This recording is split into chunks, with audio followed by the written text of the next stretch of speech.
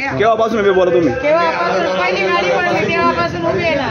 आणि शासनाचे ध्येय की त्यांना गाडी असेल की प्रवासी असेल तिथं प्रवासी बायपास म्हणून का बाय केलं आजपर्यंत बायपास लोकांनी इतके दूर इथून येत आहेत आणि अजून 8 तासापासून आम्ही उभे आहेत, पण आजपर्यंत कोणी इथं आलेलं नाही.